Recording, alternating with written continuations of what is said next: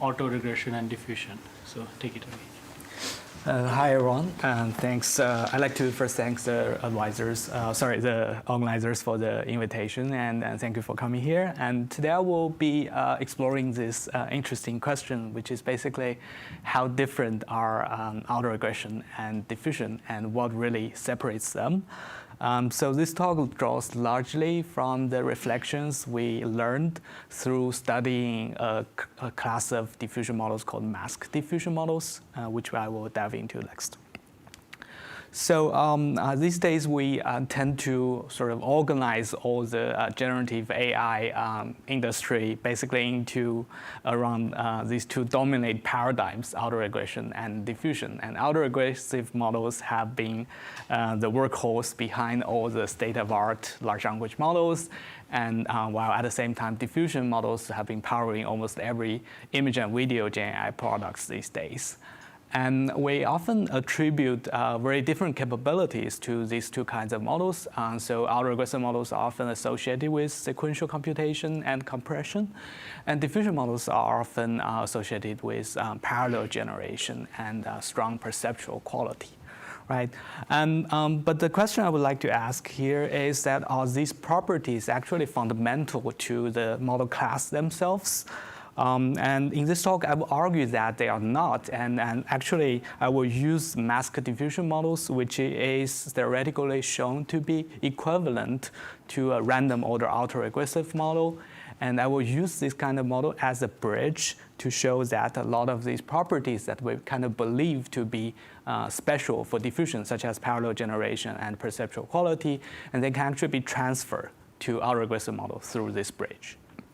And after that, I will talk about how can we go beyond these two classes of models. Okay, so let's start with introduction, background material, but maybe many of you have seen it many times in this talk, but I'll just be quick. And so what is mask diffusion models? And this is a special class of discrete diffusion models and was first proposed in the Austin 2021 paper. And the idea of this process that we start with some, think about if you have a collection of discrete elements, and you can think of a piece of text.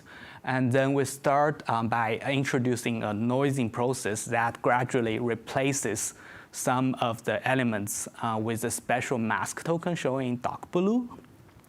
And then we want to run this process such that it follows a schedule, what we call alpha t. And the meaning of alpha t is that the expected proportion of unmasked elements at time t.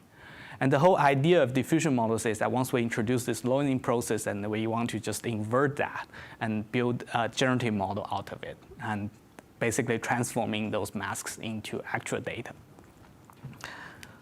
So in 2024, we had this paper we called MD4, and also concurrently with a few other groups, we showed that existing formulation of mask diffusion models can actually be greatly simplified if we go to continuous time.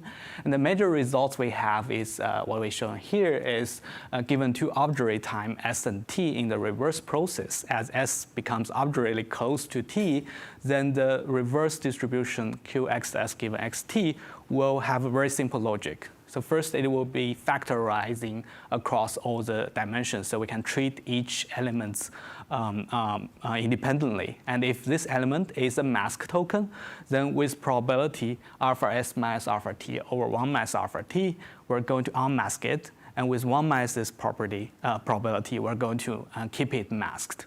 So it's a very, very simple binary logic. And if this token is unmasked, then we're going to assign its value based on this optimal denoising distribution, x0 given xt. And note that you only need the marginal distribution of this denoising distribution because you are unmasking each token independently here. Right, so, and if a token is already unmasked at time t, then we're going to keep it unmasked at time s and won't change it until the end of the process. This is basically the reverse process. And the only thing we don't know in this process is this conditional distribution, which is the optimal denoiser x0 given xt.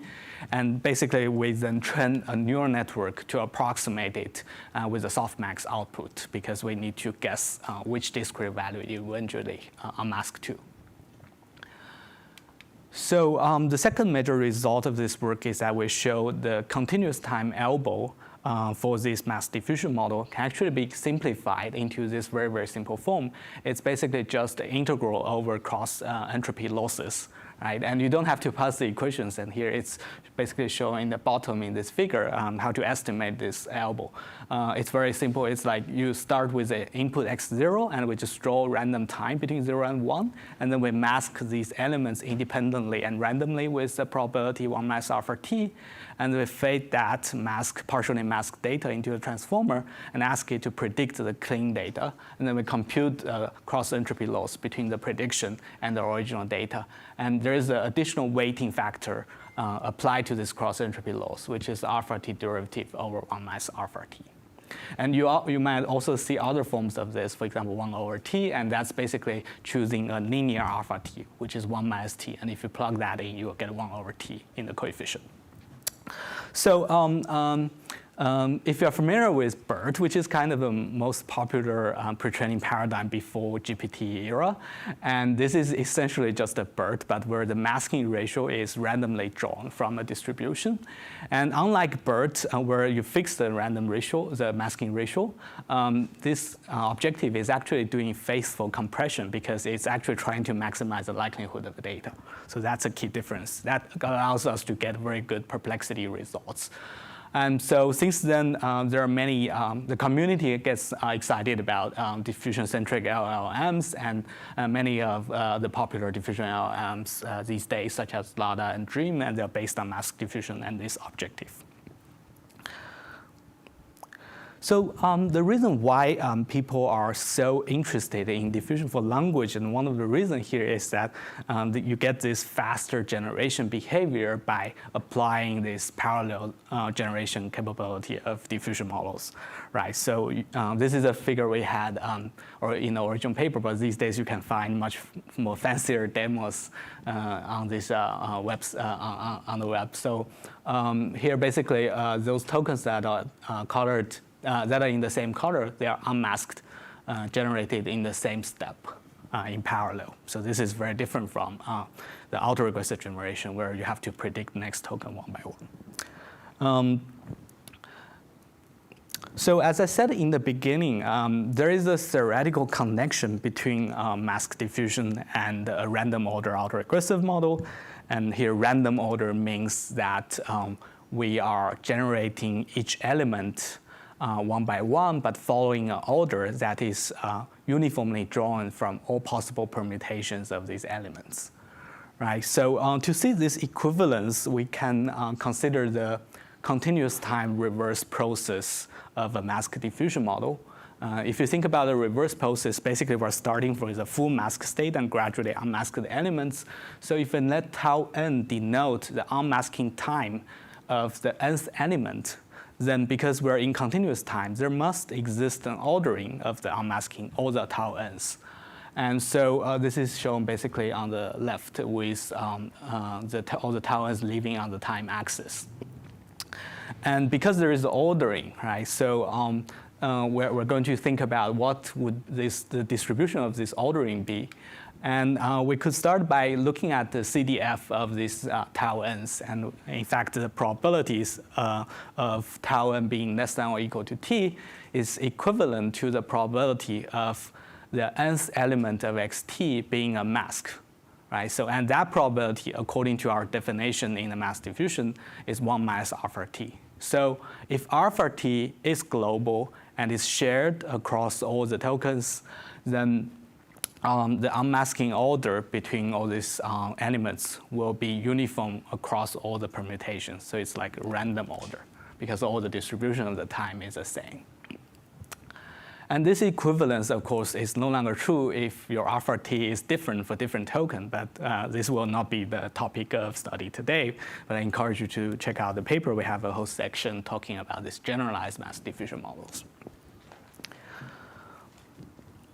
And if you really think about this equivalence, right? So if I take a mass diffusion model and look at its reverse process, it's in continuous time, it's just an autoregressive model in random order, then it becomes a bit strange that you can actually do parallel sampling using this model, because we don't do parallel sampling in autoregressive model. So what parallel sampling actually means is, turns out it's actually coming from the discretization of the reverse process. So when we actually try to sample from a mask diffusion model, we discretize the time axis into multiple intervals. And because all these unmasking times, they are randomly distributed, then some of them might just fall into the same interval in this discretization, right? And what we do in mask diffusion model is essentially just breaking the dependencies between those dimensions that falls into the same interval and try to generate them independently. And this is essentially what happens when we sample in parallel from a mask diffusion model. And to summarize here is that in continuous time, no matter what alpha t you specify, and you're going to get a uniform random order autoregressive model in continuous time. But if you discretize this model, then since alpha t will determine the distribution of these unmasking times, then it will also affect the bandwidth of this parallel sampling procedure. It will determine how many tokens will fall into one interval. In this paper, we showed that if you choose different alpha t, like linear or cosine alpha t, you actually get a very different behavior in terms of this parallel sampling bandwidth. And for cosine alpha t, you have this very interesting slow to fast behavior. So at the beginning, you unmask only a small number of tokens every step, but you gradually increase it throughout the whole process. And this has been shown to have some boost to the image sample quality if you do cosine schedule instead of the linear. There has been a talk on this, full talk on this, but I just really want to highlight it. And there's this excellent work on showing that analyzing the sampling error of mask diffusion models, where they show that the distribution, divergence between the data distribution and the sampling distribution is bounded by two errors. The first error is the neural network approximation error, and the second error is something inherent to the data distribution. And this is the discretization error, where the discretization error depends on the data distribution's information profile. So this information profile is a function that shows how the average predictability of the remaining dimensions grows as we unmask more dimensions.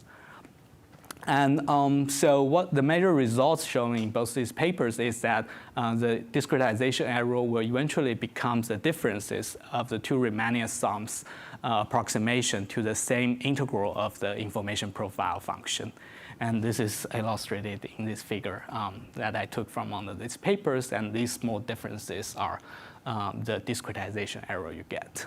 And the one of these discretization, the first one, is actually the finest discretization you could do, because it's basically the any order autoregressive discretization, where you just unmask one token by one, and you cannot be more accurate than that. And the second one is where you only do k steps instead of n steps. So that's what you do in mask diffusion to get parallel sampling. And this theory also nicely explains why this kind of slow to faster schedule, such as a cosine schedule, works really well, because a lot of the times we could imagine our information profile of the data distribution is actually concave. That means at the beginning of the making the observation of these unmasking tokens, we already get a lot of information in the data, and that becomes slower as the time goes on. So in this kind of concave schedule, you can actually prove the optimal step sizes you can choose to discretize this function is a slow to fast kind of discretization.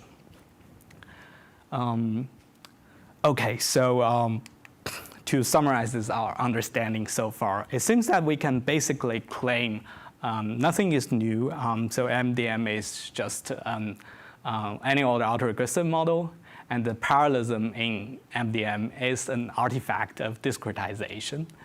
And the second claim we can make using this connection is that basically we can also label parallelism in autoregressive models, and this can just come from the increasing predictability using some sort of observed information. And this is all about parallelism, right? This is one sort of part of the story. But what I'm going to talk about next is that, as we have shown, the parallelism is probably not so unique to diffusion. But what about the superior perceptual quality? And people have always found this to be true. Otherwise, they won't use diffusion models as the paradigm for image and video generation. It's because it actually works better. So if this advantage is fundamental, then we would conclude that mask diffusion or random order AR models should not be able to match continuous diffusion in sample quality, because this is what people use in practice. So if we look at the original MD4 paper, it seems that this statement is true. So it cannot, because in this paper that we showed that some results on image sample quality where basically MD4 reports likelihood comparable to strong continuous diffusion models. But its perceptual quality, as measured by this FID metric, is very much still behind the continuous diffusion class of models. And there's a significant gap there. However, in this work we did last year, we found that we can close this gap by just transferring one key technique from continuous diffusion to mask diffusion. And this is a loss reweighting technique that people often use. So what is loss reweighting? So let's first review the loss function used by continuous diffusion models. And similar to mask diffusion, the continuous diffusion elbow has this kind of structure, which is integral over denoising losses. And the denoising loss here is a Euclidean loss instead of cross entropy. And although the elbow is like the standard textbook way of training latent variable models, what people actually use in practice for training continuous diffusion is this basically reweighted version of it, where you introduce additional W tilde t reweighting factor into the loss, so that you can assign different weight to the denoising loss at different noising regions. So this table shows a lot of these different weighting functions that people use in practice, but the central message of them is that they have observed using a W tilde t, any of this in the table, to give better perceptual quality than the standard elbow. Right? And this is something that has been widely agreed on, and people have been trying to seek better and better weighting functions. And despite this wide usage, we kind of lack some good theories of loss reweighting, and that can sort of guide us beyond continuous diffusion. So in this work, we tried to develop a way to think about this loss reweighting so that we could also equivalently apply it to mask diffusion models, and without doing much empirical work to search whatever weighting functions works best. And so the idea we developed is basically summarized here, and we introduced this model, diffusion model, with optimal decoders. So what we do is that we consider a diffusion model where we replaces the learned deloiser with a ground truth reverse transition, which is the base posterior of the forward process for the final I reverse steps. Right, so if I do this, basically the purple arrow shown here, then I get a model that is partially using optimal reverse transitions, and the remaining part is using the learned deloiser. And we can define a sequence of such models for a range of I values from 1 to t. And I'm going to make two claims about these models. The first claim is that as we increase I, which means that I introduce more optimal reverse steps into the diffusion model, then this will actually give us better elbow functions to train with. So let Li denotes the elbow of the model, P tilde I. And we can show that Li plus 1 is actually significantly larger than Li on the average of data distribution Qx. And this equation basically means that incorporating an additional optimal reverse step will result in a smaller upper bound than data model KL divergence. So if we train with this Li plus 1, we will probably expect to see better performance of learning this deloiser, right? And you don't have to worry about this first term here. The first term is a term that depends on the optimal reverse transition, which we don't have access to. But it's constant, so if we take gradients of this whole objective, we can still train with it. So the second claim I'm going to make is that once we have set up all these different diffusion models with optimal decoders and their elbows, we can show the common diffusion objectives, which is the reweighted loss. It's actually a weighted sum of all these improved elbows. And so from top to bottom, and we add more and more these optimal reverse steps, and you can see the elbow will improve from top to bottom. But at the same time, you get a model that is mostly intractable to sample from, because we cannot sample from the optimal reverse step Q. Right? So although this elbow is much better, you cannot just train simply with it. Otherwise, you won't be able to sample from this model because you cannot simulate this step. So what we actually do is we take a linear combination of all these objectives so that all these denoising models get trained at any time.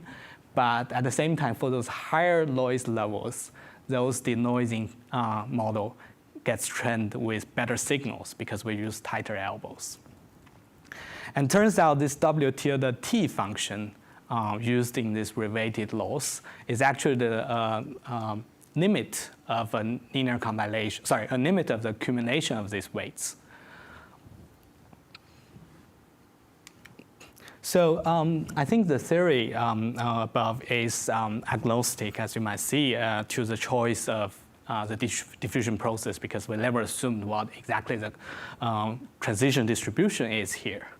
So we can also apply it to mask diffusion models. And the objective we get is simply introducing this weighting factor, W tilde T, into the original elbow of mask diffusion. So nothing really surprising here.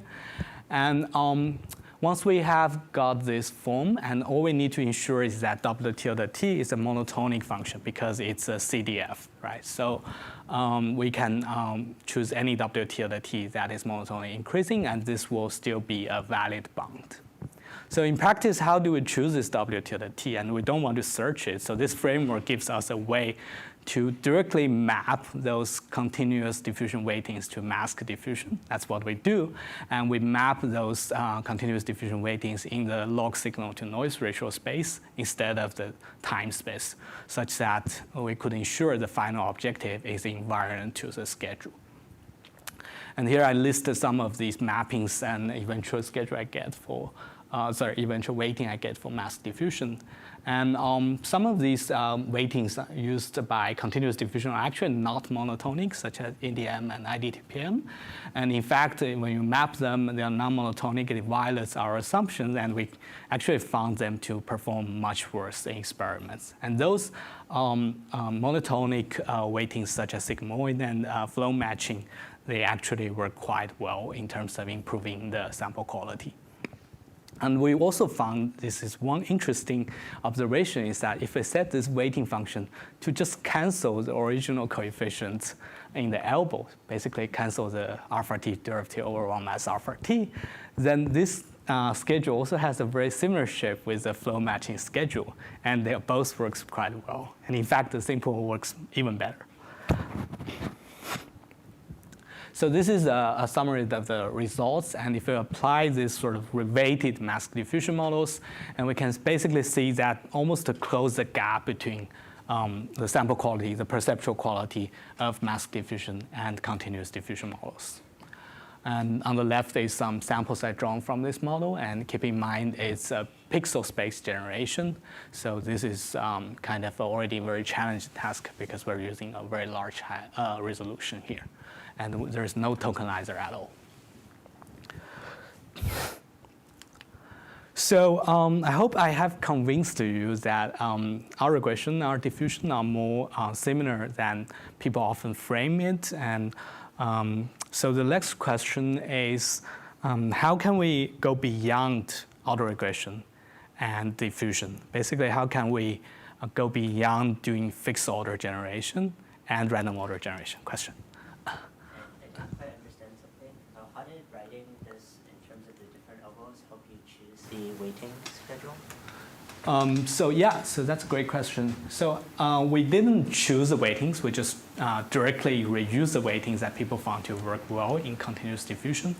And the reason why we can reuse it is because that they share the same theoretical motivation here. And it's all the same tightened elbow. Yeah.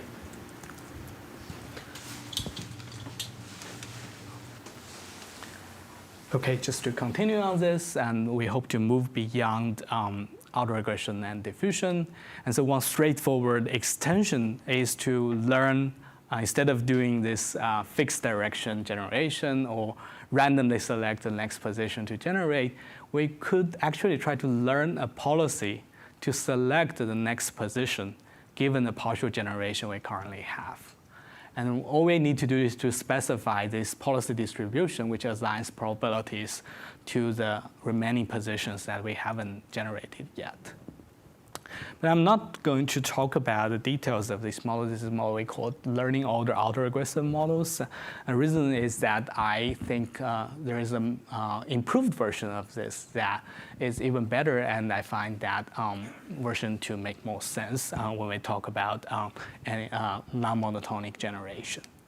So this improved version of learning order autoregressive models is introducing a new operation, which is insertion. So the reason why I think insertion is very necessary in non-monotonic generation, basically not following left to right or right to left order, is that the model has to guess both the value and the absolute position of this generation.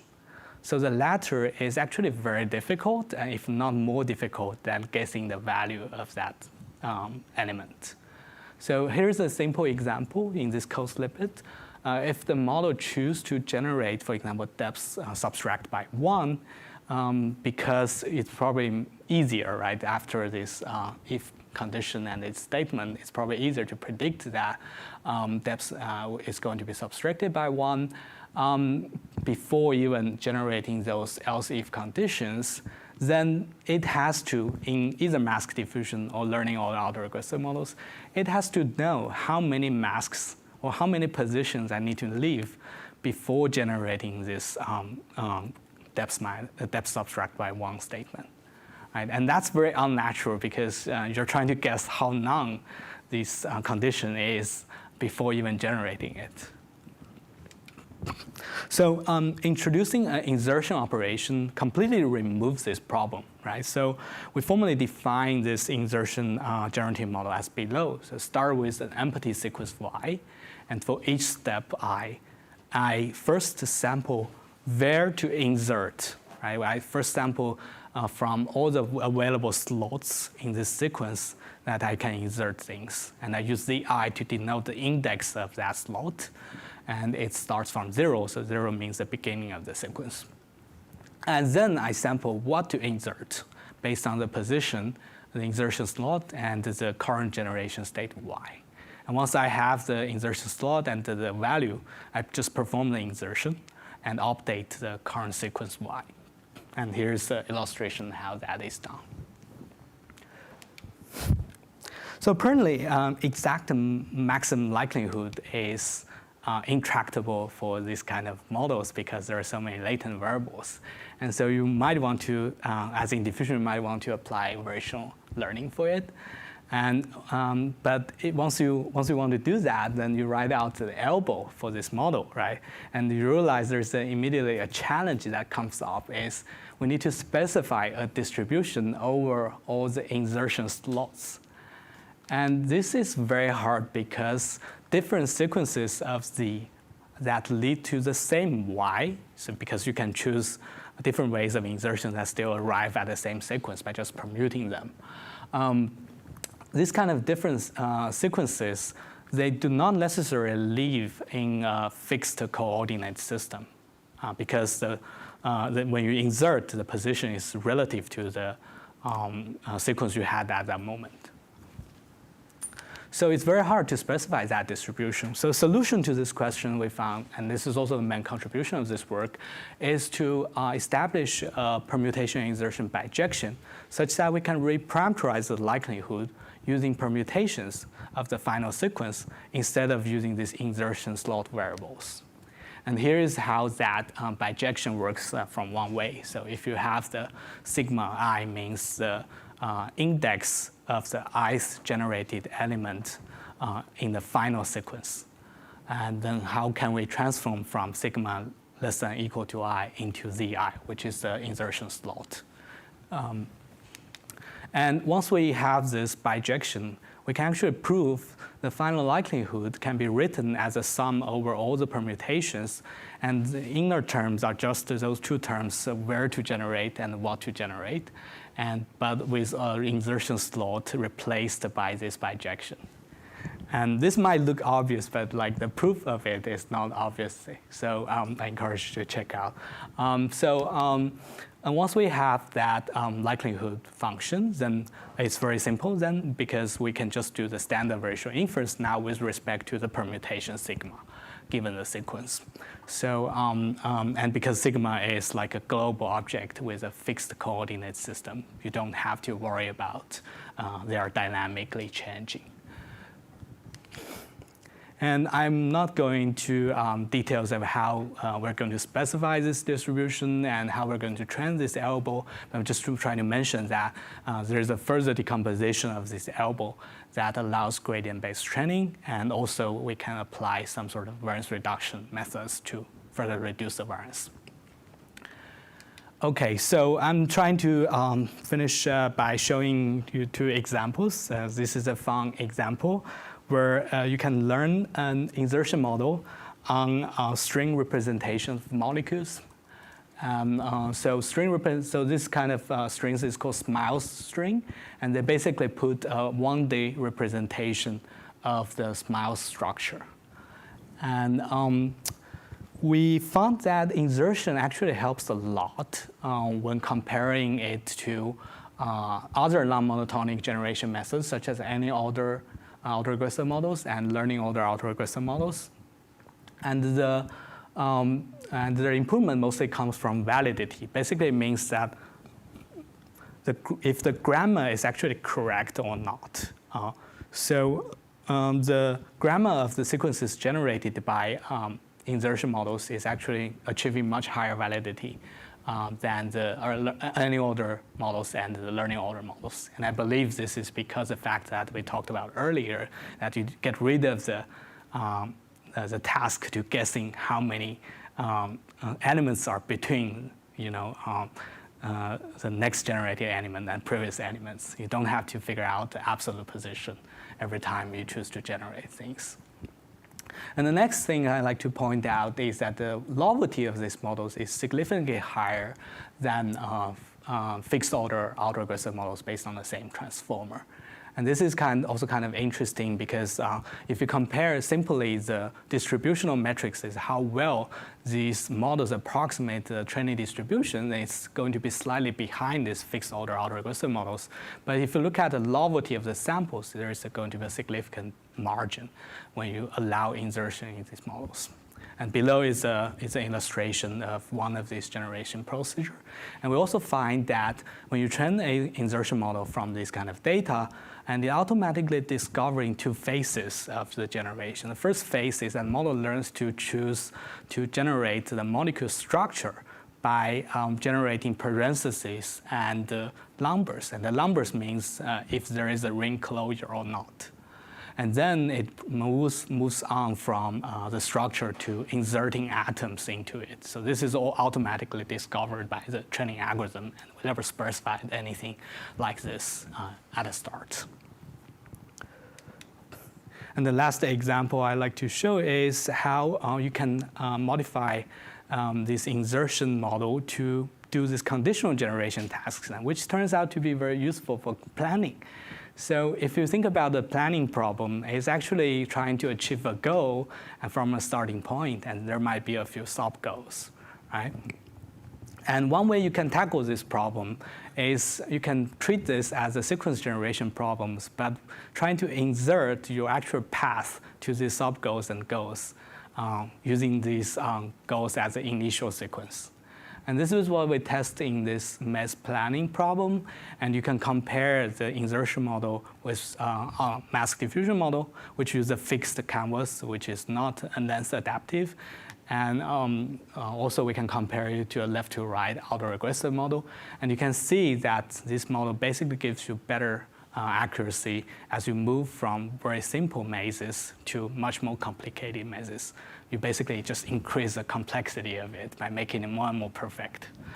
And so this is something I found quite interesting, and I hope we can further explore this in more realistic scenarios. Question?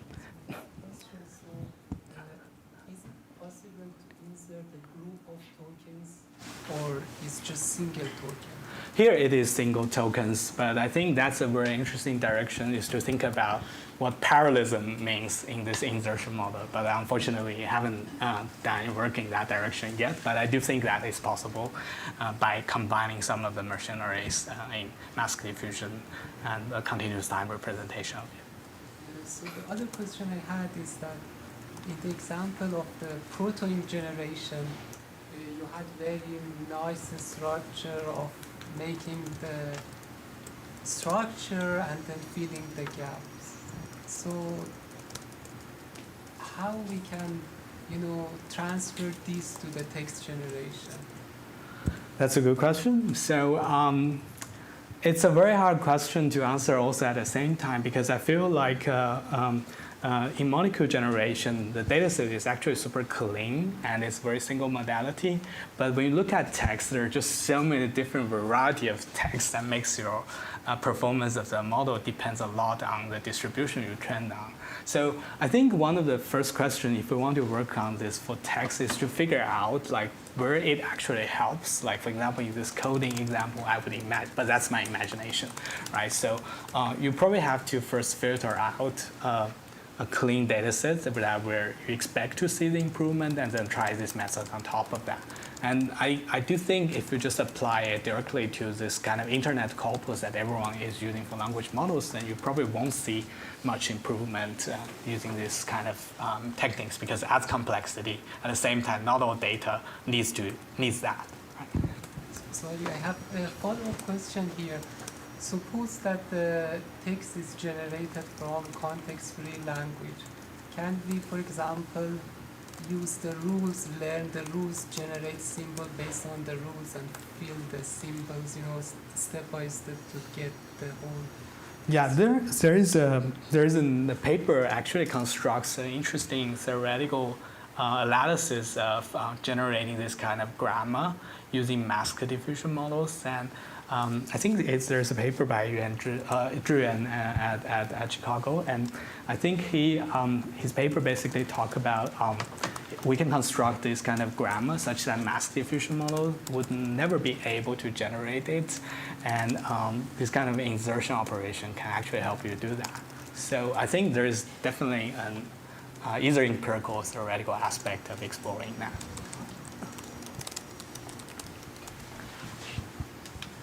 Cool. And yeah, and that's pretty much all of the talk today, and I hope I can summarize some of the takeaways using the final minutes. So basically, we showed that both properties that we believe to separate diffusion from autoregression are not so fundamental. So first, mass diffusion models or random order AI models, they can parallelize sampling by using this kind of predictively, by leveraging the fact that the predictability will grow during the generation because you have observed more information from the data. And the second point is that with this loss reweighting technique, both MDM and random order AI models can give diffusion level perceptual sample quality, right? So I personally find these results to be very interesting. And the next thing we're going to we talked about in this presentation is how can we even go beyond autoregression and diffusion from fixed order or random order to learning order methods. And I think one point we made is that insertion is very critical here for non-monotonic sequence generation. And also, we showed that scalable learning algorithms actually exist, just like we use elbow to train diffusion. We actually use scalable learning algorithms to train these more powerful ways to generate. And that concludes the talk.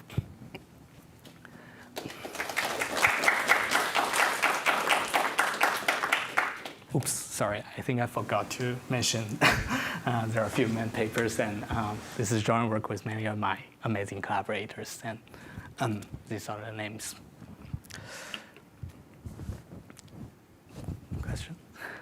Thank you, Jiaxin. Very, very nice talk, as usual. I wanted to ask more about the weights. For continuous diffusion, we actually had theoretical results proving that the choices of the weights actually matter to the generalization. Like what kind of new samples you generate that differ from the training set. You're talking about the weighting function rather than the schedule, right? Yeah, correct. The W in front of the. Got it. Yeah. So has this been looked at, even empirically, for discrete diffusion? Because we only worked out the continuous diffusion. No, I don't think many people are actually interested in studying the weighting functions of discrete diffusion, partly because perceptual quality is more like a theoretical understanding aspect of it, rather than making discrete diffusion practical for, basically no one is interested in making discrete diffusion practical for generating high resolution images and videos, and because continuous diffusion works so well. Even the results we had here is basically showing that you can match the performance, but it's not clear whether you can actually exceed that. So I think in lack of this kind of practical motivation is why there is not so many studies on reweighting discrete diffusion. Thank you.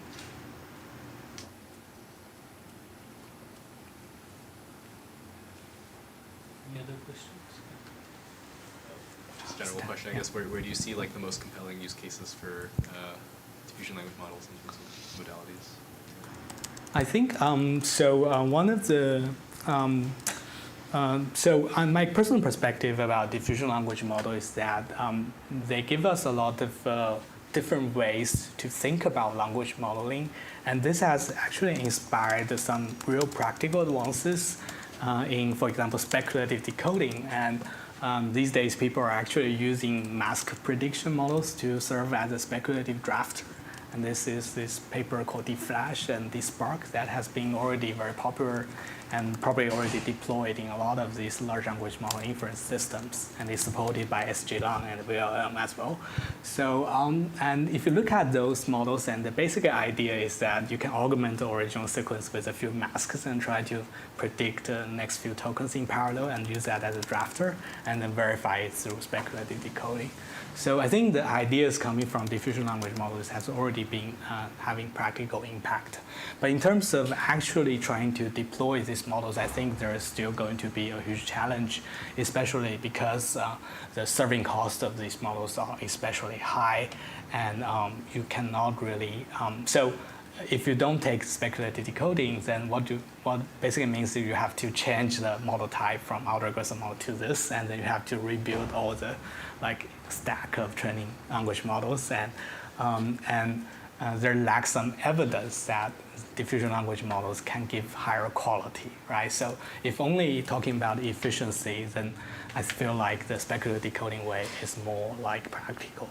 And actually, one thing I would like to see in future diffusion language model papers is that whenever people talking about efficiency benefits and speed benefits, and they do compare to some of these very advanced speculative decoding algorithms, and especially some of them already inspired by diffusion. So it's a hard question. Either we want to make advances in the approximation quality, and we can get better perplexity, for example, or downstream performance, or we were able to find a way that we can serve these models at a speed that is even faster than speculative decoding. So I think both ways will actually lead to these models being finally adopted in industry. And for now, it's more still in the research stage.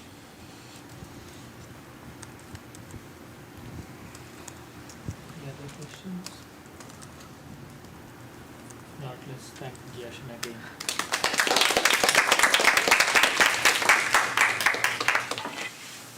We'll be back at 3:30.